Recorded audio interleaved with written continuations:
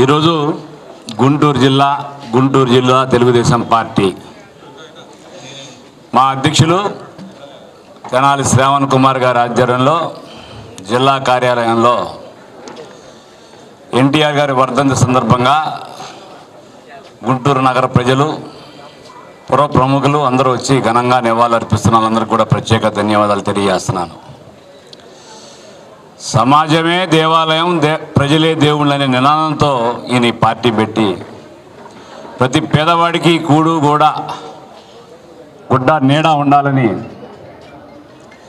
ఒక సంకల్పించి ఒక ₹2 కిలో బియ్యం కానీ, ఒక జనతా వస్త్రాలు కానీ, ప్రతి వాడికి ఒక ఇల్లు కానీ, అట్లాగే పెన్షన్ స్కీమ్ కానీ పేదలకి, ఇట్లాంటివన్నీ, అట్లాగే తిరుమల తిరుపతి దేవస్థానంలో ఉచిత అన్నదానం కానీ, ఇవాళ ఏమో అన్నదానం పెట్టేవాళ్ళు ఎక్కువయ్యారు, తినేవాళ్ళు తక్కువయ్యారు. ఆ రోజుల్లో అన్నదానం పెడితే గొప్ప, అన్నం పరబ్రహ్మ స్వరూపంగా భావించేవాళ్ళు. ఇటువంటి పేదలకు హత్తుకుపోయే బ్రహ్మాండమైన కార్యక్రమాలు చేపట్టి చరిత్రలో ఒక తెలుగువాడికి ఒక గౌరవం వచ్చేటట్టుగా, ఒక ఖ్యాతి వచ్చేటట్టుగా ఈ మద్రాసీల నుంచి ఒక తెలుగువాడు ఉన్నాడు, తెలుగువాడి గౌరవం కాపాడాలి, అట్లాగే మహిళలకి ఒక ఆస్తిలో సగం భాగం వచ్చేటట్టుగా, వాళ్ళకు కూడా హక్కు వచ్చేటట్టుగా కల్పించిన మొట్టమొదటి వ్యక్తి ఈ యొక్క ప్రజాస్వామ్య దేశంలో నందమూరి తారక రామారావు గారు. ఆయన చేసిన అనేకమైన పేదల బడుగు బలహీన వర్గాలకి అనేక బృహత్కరమైన కార్యక్రమాలు చేపట్టాడు.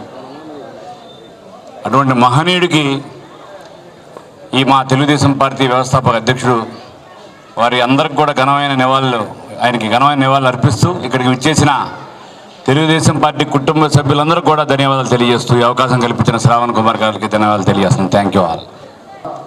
కార్యాలయంలో తెలుగుదేశం పార్టీ జిల్లా అధ్యక్షులు శ్రావణ్ కుమార్ గారి నేతృత్వంలో ఈరోజు ఎన్టీఆర్ గారి వర్ధంతి కార్యక్రమం జరుగుతూ ఉంది. ఎన్టీ రామారావు ఎప్పటికీ కూడా ప్రజల హృదయాల్లో చిరస్మరణీయుడు. ఎందుకంటే పేదల కోసం, రాజకీయ అవకాశం లేనటువంటి వాళ్ళ కోసం రాజకీయ పార్టీ పెట్టాలనే ఉద్దేశాన్ని కలిగి పార్టీ పెట్టినటువంటి మహోన్నతమైనటువంటి వ్యక్తి. అనేకమైనటువంటి విషయాలు, సంక్షేమ పథకాలు, పెన్షన్ స్కీము, కొత్తగా పక్కా ఇల్లు కట్టేటువంటిది, అనేకమైనటువంటి పథకాలు తీసుకొచ్చినటువంటి వ్యక్తి భారతదేశంలో ఎన్టీ రామారావు గారు. ఎన్టీ రామారావు గారిని రాజకీయ విప్లవ యోధుడు అని చెప్పేసి అంటారు. విప్లవం అంటే మార్పు తీసుకురావటం. అంతకుముందు ఏదైతే పీడిత వర్గాల ప్రజలకి లేదో దాన్ని రాజకీయ విప్లవం ద్వారా తీసుకొచ్చినటువంటి మహానుభావుడు స్వర్గీయ ఎన్టీ రామారావు గారు. ఎన్టీ రామారావు గారు ఇప్పటికే కాదు, ఎన్ని యుగాలైనా ఆయన పేరు చిరస్మరణీయంగా ఉంటుంది. సంక్షేమ పథకాలు అంటే వాళ్ళ జీవితాల్లో మార్పు తీసుకురావాలి, ఆర్థికంగా వాళ్ళు ఎదగాలని ఒక మంచి ఉద్దేశంతో ఎన్టీ రామారావు గారు సంక్షేమ పథకాలు తీసుకొస్తే, ఆ తర్వాత వచ్చినటువంటి చంద్రబాబు నాయుడు గారు కానివ్వండి, రాజశేఖర రెడ్డి కానివ్వండి, కాంగ్రెస్ ముఖ్యమంత్రులైనా కానీ ఎవరైనా కానీ వాటిని కొనసాగించారు. ఒక్క జగన్మోహన్ రెడ్డి మాత్రమే సంక్షేమ పథకాలను కూడా దోచుకోవటం కోసం తీసుకెళ్తున్నటువంటి పరిస్థితి కనపడతా ఉంది.